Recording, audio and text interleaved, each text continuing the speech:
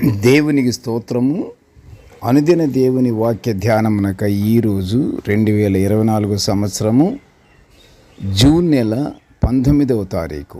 ఈరోజు ధ్యాన వాక్యము పరిశుద్ధ గ్రంథము నుండి కీర్తనల గ్రంథము 23వ సంకీర్తన మొదటి వచనాన్ని మనము ధ్యానించుకుందాము. యెహోవా నా కాపరి, నాకు లేమి కలుగదు. పచ్చిక గల చోట ఆయన నన్ను పరుండ చేయుచున్నాడు.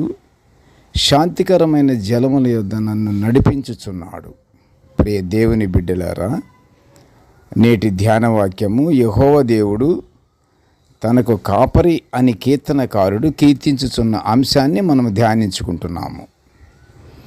దేవుడే రాజు అనే భావన కీర్తనకారుడు నేటి ధ్యాన వాక్యములో వెలిబుచ్చుచున్నాడు. వాస్తవానికి రాజులే ప్రజలకు కాపరులు. ప్రజల సంరక్షణే పాలకుల ధ్యేయం. నేనే నా గొర్రెలను మేపెదను, పరుండబెట్టెదను, తప్పిపోయిన దానిని నేను వెతకుదును, తోలివేసిన దానిని మరలా తోలుకొని వచ్చెదను, గాయపడిన దానికి కట్టుకట్టుదును, దుర్బలముగా ఉన్న దానిని బలపరచుదును అని దేవుని వాక్యము యెహెజ్కేలు గ్రంథము 34 అధ్యాయము 15-16 వచనాల్లో ప్రభువు యెహోవా వాక్కు వినిపించుచున్నది. యెహోవా దేవుడు అంత మంచివాడని, ఆయన ప్రజలను ఎంతగానో కాపాడుతుంటాడని కీర్తనకారుడు దేవుణ్ణి నా కాపరి అని సంబోధిస్తున్నాడు. ప్రియ దేవుని బిడ్డలారా, కాపరి అంటేనే మందను కాచేవాడని అర్థం, మేపేవాడని అర్థం, నడిపించేవాడని అర్థం, విడిపించేవాడని కూడా అర్థం, గమ్యం చేర్చేవాడని కూడా. కాపరికి ఇన్ని పేర్లు ఉన్నాయి, ఇంత వర్క్ ఉంది, ఇంత సేవ ఉంది కాపరికి. ఆయన ఇలాగా చేయగలడు, చేస్తాడని పరిశుద్ధ గ్రంథం సెలవిస్తుంది. ఆహారము, నీరు, నడిపింపు, కాపుదల, ప్రజలకు వీటిని ఇచ్చి దేవుడు తన ప్రజలకు కాపరిగా ఉండడం నేటి ధ్యానవాక్యములో కీర్తనకారుడు కీర్తిస్తున్నాడు. అందువలననే కీర్తనకారుడు తనకు యెహోవా దేవుడు కాపరిగా ఉంటే తనకు ఏ మాత్రము లేమి కలుగుదు అని దృఢనిశ్చయంగా మాట్లాడుతున్నాడు. శాంతికరమైన జలముల యొద్దకు నన్ను నడిపిస్తాడని కీర్తనకారుడు నిస్సందేహంగా పలుకుతున్నాడు. అంటే కీర్తనకారుని యొక్క భావన, ఆయన ఉద్దేశం, ఆయన ఆశ, శాంతి జలాల చెంతకు నన్ను నడిపించే దేవుడు, నేను నడవలేకపోతే ఆయనే నన్ను మోసుకుపోతాడు అని దావీదు పూర్తిగా నమ్మకంతో మాట్లాడుతున్నాడు.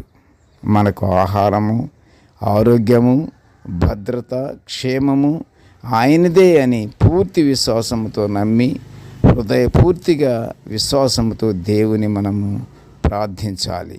ఆయనే, దావీదు గారు ఏమంటున్నారు, నేను శాంతి జలముల యొద్దకు ఒకవేళ నడవలేకపోతే ఆయనే మోసుకెళ్తాడట. అబ్బా, ఎంత నమ్మకము, ఎంత ఇష్టము,